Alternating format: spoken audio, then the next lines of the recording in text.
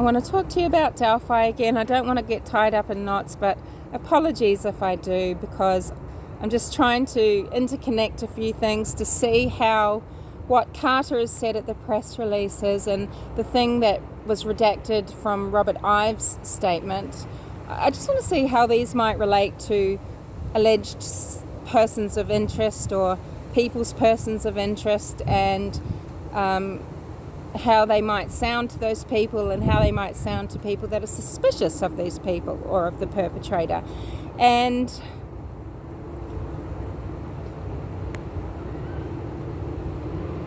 I'm obliged to say, everybody is innocent until proven guilty in a court of law. And I'm not standing here accusing any of these people. I want to talk about why we talk about them. And I want to talk about them specifically in relation to these few things. So, number one, to the idea that the scene was non-secular in its,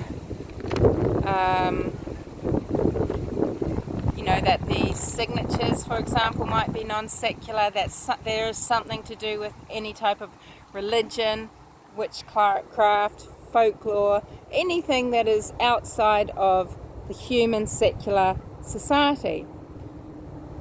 I want to know if Carter's ad lib about the shack actually means anything. What might it mean to each of these POIs? I want to know what hiding in plain sight might have meant to each of these POIs, if anything. Because do you believe that they actually thought they were on the hunt for someone at that 2-year point in that 2019 presser? Or do you think they had jack shit and it was a desperate move? Maybe a calculated one, but Robert Ives, who was the prosecutor in Chaffey County at the time of the murders, he thought at the time, just like all other law enforcement apparently, this is going to be solved. We're wrapping this up right now. It's only a matter of days. Because of the crime, because of where it was, because of how it was carried out, he's thought, this is local and we're going to get him. And then, you've got 2 years later, there's nothing. We get an extra word. There's the footage of the person on the bridge, but, there's the sketch confusion with that second sketch coming in. So let's get into it. I'm in the Brisbane Botanic Garden. I really love it here, and it's a beautiful day after having some storms and some threatened hail, and I thought I would bring you in here briefly while I talk about this.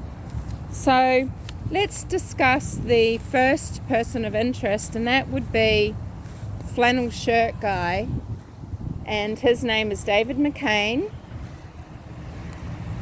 And just like with all of them, we've got to work out, okay, what is the motive?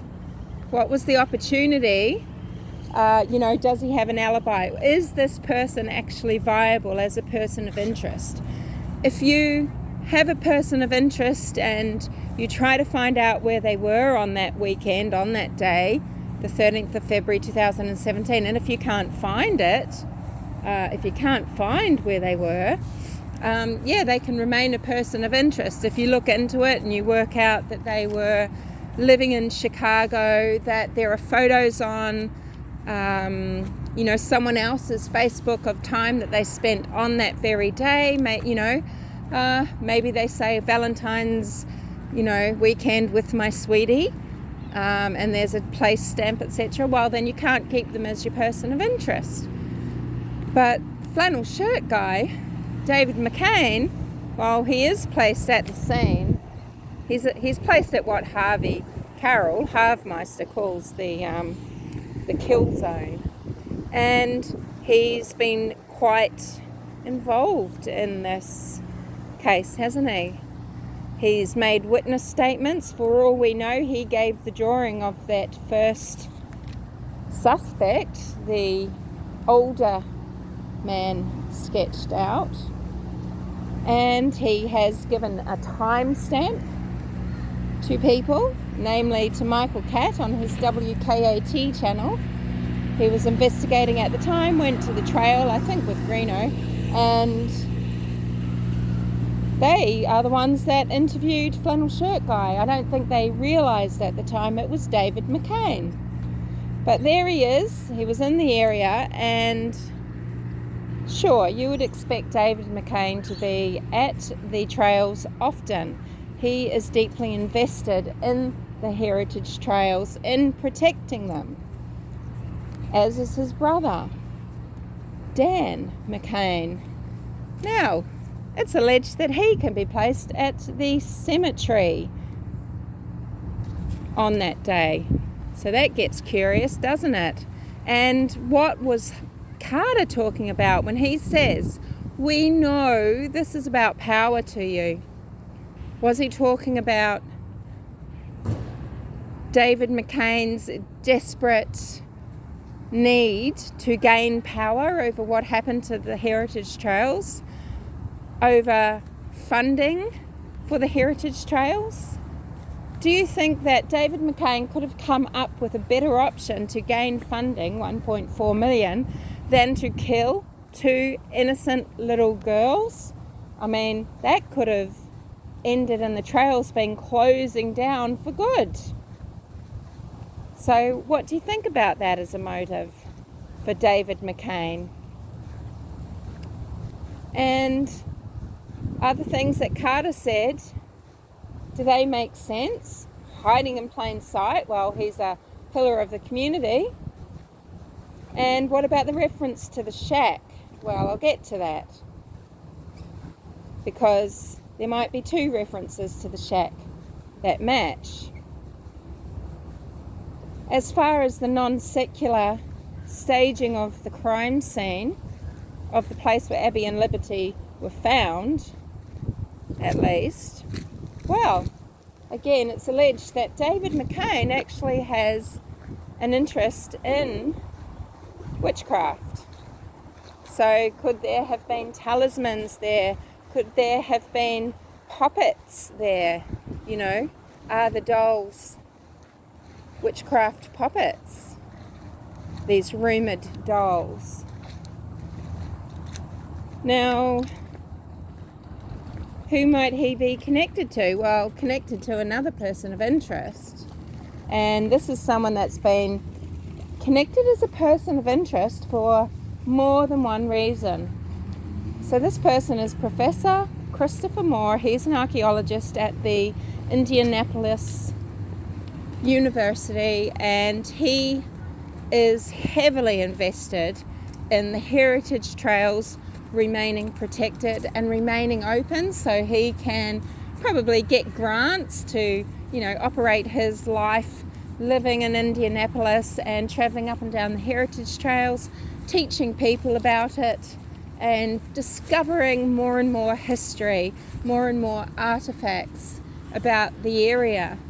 And David McCain does know Christopher Moore, so Dan probably does as well, but they definitely have an allegiance, they have a shared interest. Whether or not their motives are the same for keeping it, I wouldn't know.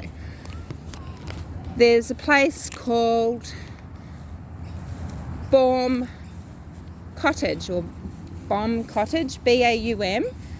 It's historic. It was built in 1825. It's very important.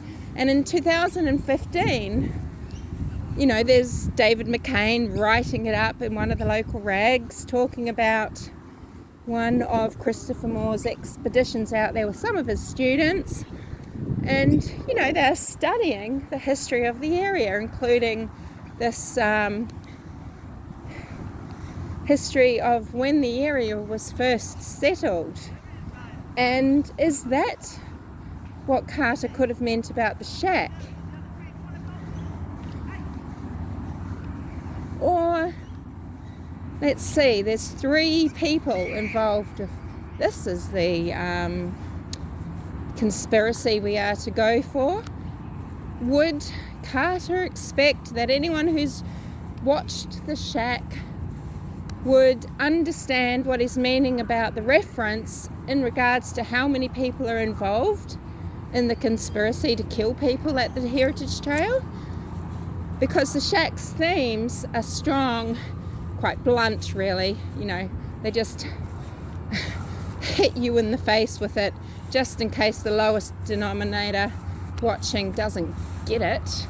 And one of the themes is Father, Son, Holy Spirit, you know, really ensuring that you understand that God is not just the singular God, but is the Trinity, Father, Son, Holy Spirit. And there you have Dan, David, Christopher. Who knows? Christopher on his own is a person of interest to some people.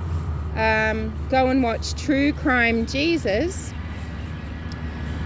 He is looked at because he is the geocacher.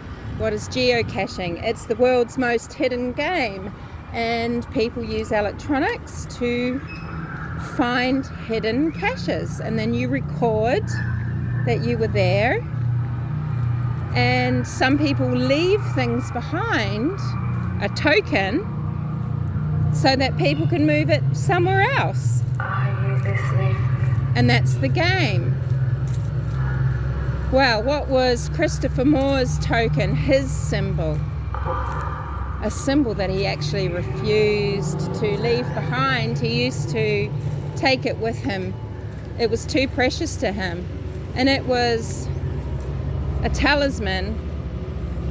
It was Krampus. And Christopher's fascinated with Krampus. Krampus is a Central European folklore-ish, anthropomorphized devil. He's the devil especially sent for children. And what does this devil do? He's got a long forked tongue, he's got fangs, and he carries chains, and he hunts children. Yes, he does. He hunts children, and he drowns children. And this is one theory that I have, is that Abby was drowned. And there's two people that might have done that, and I'll get to that. But Krampus, this evil being who hunts children, Christopher has a fascination with him, amongst other things that are interesting. He's a geocacher, so was Kelsey German, and so was Liberty German. They often crossed paths at the same cache sites within days of each other. And Kelsey, with her online presence, was it Kelsey that Christopher was interested in, if indeed it's anything to do with this? Did he mistake Libby for Kelsey?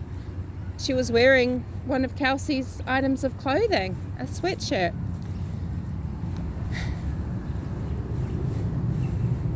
I don't know. But was he aware of the German family? I don't know. The German girls, not sure. But he made a lot of very strange posts. Now, he could have been under stress, thinking that, hey, this isn't looking good. I'm going to come under suspicion here. And he stopped posting, and then he reappeared 3 years later with some very bizarre stuff. And anyway, there's lots of interesting videos. Start with True Crime Jesus. Let's move on. Where did I want to go after that?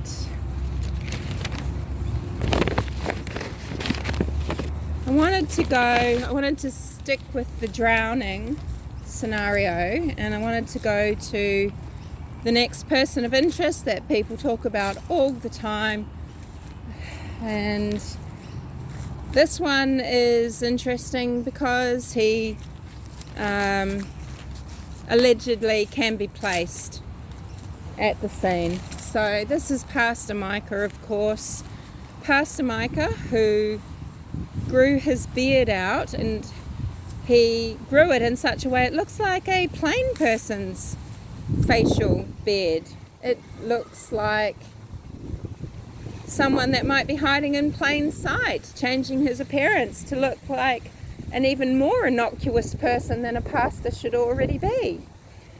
And at the time of the murders of Abby and Libby, Pastor Micah was said to have been seen at the trails, and he was said to have been seen, well, actually, let me correct myself there, I'm sorry. Pastor Micah was said to be seen walking the trails for weeks before the murders. A van that belongs to his now son-in-law was seen at the trails, allegedly, and the son-in-law was away at the time, and Pastor Michael was using his van, and it was seen at the trails. So this young man has since married Micah's daughter. Micah has quite a youthful appearance. He has one of those faces. Yeah, he could be said to look younger or older. He's got a very unique look. You can look him up. I think as a UMC, he's on YouTube. There's many YouTube videos. His church started a YouTube channel in February 2015. So people talk about Pastor Michael all the time, sometimes fixating on the fact that he does baptisms in Deer Creek. And yeah, this is interesting, and I again think, did he drown Abby? Was Abby drowned? He would be one of the persons that might commit the murder in that sort of way. Again, I'm not saying either way whether any of these people I talk about are people that I'm interested in for this heinous crime, okay? I just wanted to talk to you about these things. Now, next person I wanted to talk about is a newer person, because I think we all need to talk about Chadwell, right? Let's try and get the light all right there. Sorry, look at how tired I am. Had a storm last night. I didn't sleep much. Anywho, doesn't matter. Now, would any of these things mean anything to James Brian Chadwell, hiding in plain sight? And actually, I'm going to go back to one older person of interest, but I'm doing Chadwell first. Hiding in plain sight, the shack, anything at all, I don't know. You know, we know that Chadwell likes creeks. He's a good candidate for being set up. I'm not sure that he did it. Sorry, I'm being sort of talking in this really loud voice. Got a headache, I'm sorry. I just really wanted to make this video. Look at this curlew. Can you see the curlew there?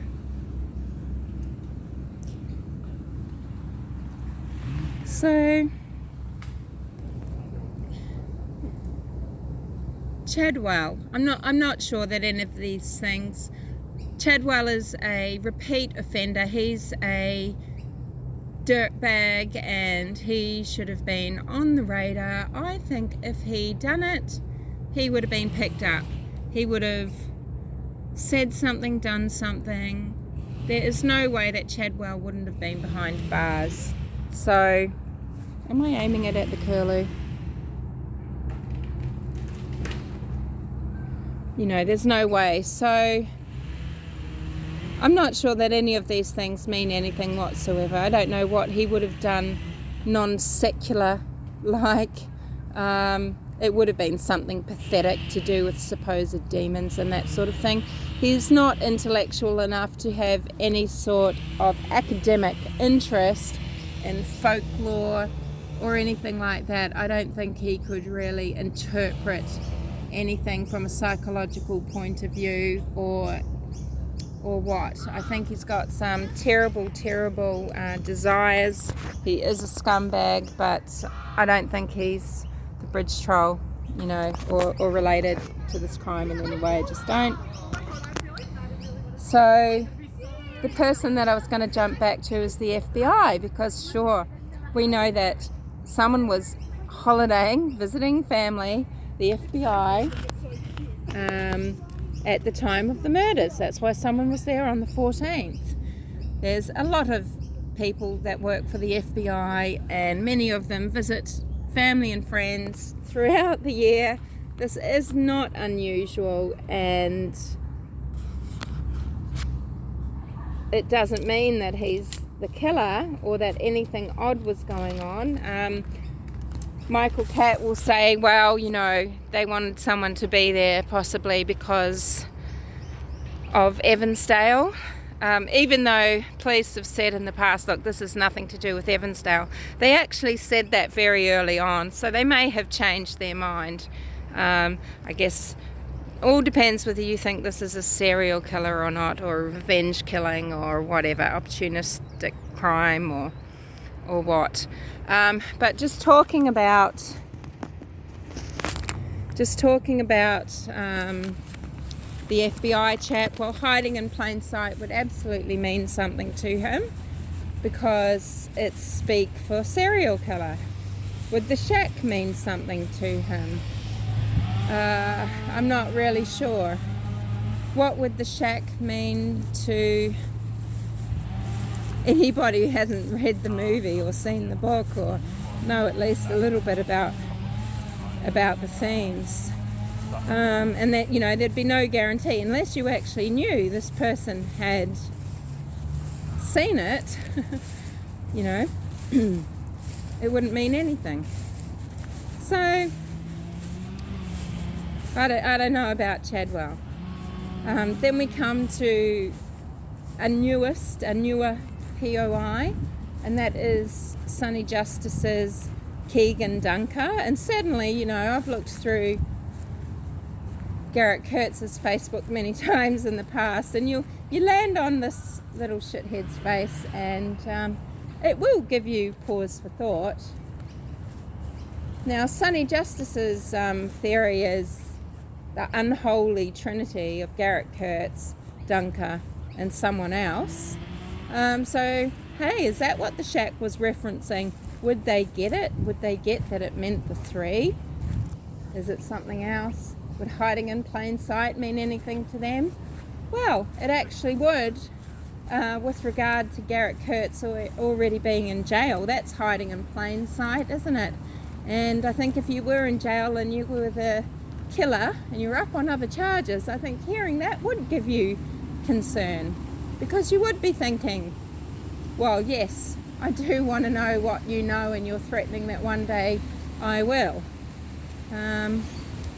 If you're already in there for the rest of your life, are you going to care about talking up about other murderers? Would you take them down? Would you try and lay blame? Would you say, well, I didn't do anything, I was just there, I just provided a place to come in and out, being Ron Logan's farm? So, Dunker. Well, I presume that Sonny's done due diligence and thought, well, okay, this is my person of interest before I come out and say it, because this person does have a young son. This person is trying to turn to God, at least he was since 2016, when, you know, he was lamenting what a horrible life he was leading, what an emotional struggle he was having, that he was trying to turn to God, but it was very difficult. So maybe he did see the shack. Maybe something would strike a chord with him there. But, I don't know, because nothing was said about him being placed in Delphi at the time. He's got connections to people that live there, and by proxy connections to Ron Logan's place. But nothing was said about, him being in Delphi at the time. So I can't talk on that, but it's said that he had a crossbow on his back and committed the crime, and then taunted the police a year later with an upload of a picture of a pig. This guy probably hunts or kills, at least through work. I think he's worked at various packing plants. That's certainly something of interest in this case, anyone that's worked at the packers. Someone else hiding in plain sight in that way is Thomas Jerome Bruce. And again, you can go to Michael Catt to see what he says about this. Hiding in plain sight because he's in prison, because this guy is a despicable, violent, angry man. He used to be a preacher, He looks like Bridge Guy, and he's in jail right now. He got caught committing the Catholic school supplies crime, and hiding in plain sight. If you're in jail, well, you're right there.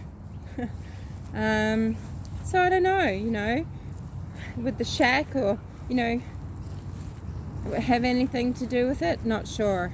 Certainly non-secular aspect of the scene could have something to do with Bruce, maybe, because he has been a pastor. He would go and minister to people that are in prison, to inmates. Now, for a pervert, what better thing than to be able to go and talk about the type of crimes that you want to commit, child abuse, violent crimes, degradation of women, I can't speak, murder, physical harm, than to have some sort of valid reason to go and do it. It's like the sick fucks who put themselves into the Morecambe case. They put themselves into the investigation into Daniel Morecambe, a missing boy from Queensland here, who was abducted from a bus stop by a sick pedophile. Lots of pedophiles came out of the woodwork because Mr. Morecambe, Daniel's dad, wanted to conduct his investigation. He felt like he couldn't get anywhere unless he just went and talked to people and found out who the operators were in the area, and to see what was spoken about on the grapevine. Wow, all these perverts came out and took up hours and days and weeks of this man's time just so that they could talk about sex crimes and get their jollies. Not one of them knew anything about the case. And is that what Thomas J. Bruce was doing when he's acting as a pastor or a preacher and going in and talking to inmates? I don't know. So there you have it. What do you think the shack might mean? If the person's local, what did hiding in plain sight mean if the person is a local? Do you think this is a serial killer? I mean, signatures, the audacity of the crime, it seems to be organised. It appears to be a serial killing to me, or in the least an opportunistic crime.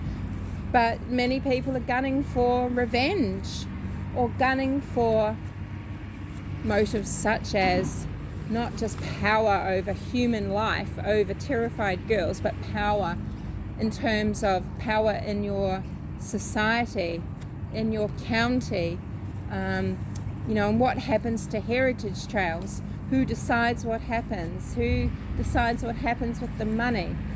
Are you like me, and do you think that there are other ways to guarantee funds, and that this could have backfired enormously if it is anything to do with the preservation of the heritage trail and the Monon High Bridge?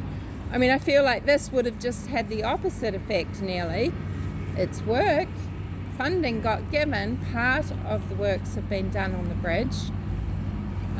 Hopefully it will be completed. I hope it stays open, and I hope it becomes a beautiful place that is actually used more heavily, and becomes a place of fun and laughter and light where little children can explore and people can still enjoy the God-given right to go out into an area in your hometown or a place where you are visiting and just enjoy the sights, enjoy the sounds, enjoy the fresh air, enjoy the history.